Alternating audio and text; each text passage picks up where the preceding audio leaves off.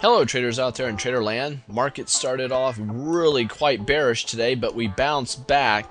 It's Thursday, January 20th, 2011. My name's Dez here, Grok Trade, and we have the Dow down, not by a whole lot. S&P down a little more than that, but check this out. Nasdaq down 0.8%, and more than 1% on the Russells. Keep your eyes on that because we have small cap and technicals showing the biggest hit here, and the markets can start to follow what the small caps in the techs are doing. And let's look at the banks down here. The banks actually fared the worst here, 1.3% to the downside. That's telling me there's no strength under whatever strength you might be able to conjure up by looking at the market at this moment. Gold, a lot of materials took a hit today due to China and the fears of what's taking place with their rates. But the VIX only popped up by about 4%. And I think that if we see some more droppage, we're going to see a much bigger jump than 4% here to come. Now, I'm going to start off with the small caps here. Look at the Russells. We went into this nice uptrend. Then we go into a rising wedge, which is bearish. We come down, we stop at a support level. And today we make a lower high and a lower low. And not only that, it fared the worst out of all major broad market indices. With that, we did find a little support with this swing high right there coming across. The question is, will we continue southbound? Well, if you look here at the MACD, we have now crossed below the zero line. That is no good.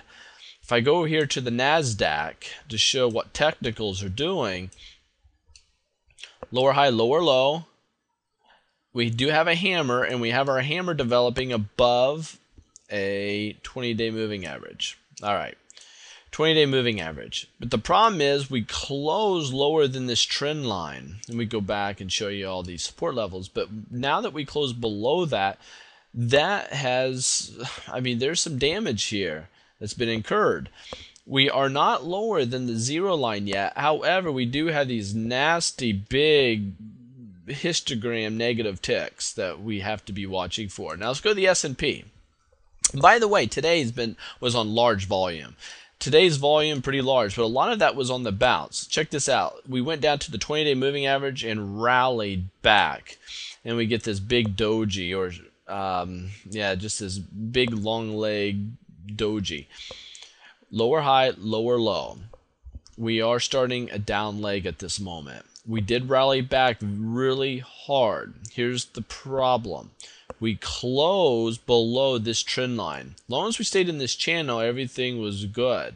We needed to come up close above that trend line for me to feel good. I don't feel good. We closed below it. So there is significant weakness out there in the markets today. To be quite frank, this drop that we received right here today should have been a lot worse, in my humble opinion, than what it is, because of the underlyings, those things that I'm pointing out to you right now. What am I expecting tomorrow? Well, right now we're making these lower highs, lower lows, so I expect more of the same until I get a reversal pattern in place. Now, we do have dojis, we do have these hammers, but they have created themselves below support lines. Because of that, I don't have a lot of hope to see a significant bounce going into Friday, tomorrow. What we need to do is be very careful and make sure that we do have hedging techniques or great stop-loss strategies in place to help ourselves. Now, most individuals in trading lack a fundamental element that has to be had to do trading well. And those students, and one of the things that I teach is to be disciplined. And being disciplined trader is crucial, especially in this type of trading market that we're in now. You have to be disciplined to your trading plan. But the bottom line is this: chances of you having an actual trading plan that you've written down, it's down on paper, you follow those rules, slim to none. You don't have that. That is you wearing an amateur hat. Now, I'm putting on my mentor hat here for a second to tell you, you need to have a trading plan. And that trading plan has to be comprised or put together with trading rules, trading truths that you adhere to. That the trading rules or trading truths that you adhere to have to be implemented into that trading plan. The only way you should add those, or the only time that you should add those to your trading plan, is if you quantified them, you reviewed them, and you've quantified them to show that the odds do get stacked in your favor when you incorporate those in your trading. And you need a byproduct of profitability. All right.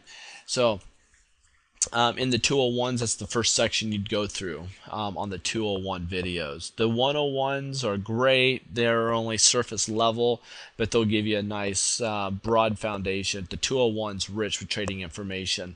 And we start off with the trading plan. It's going to take a little while to go through it, but once you have it, you are going to be a rock star trader. Anyway, that's it. Take care. Safe trading to you. Till next time. Catch you here at Grok Trade.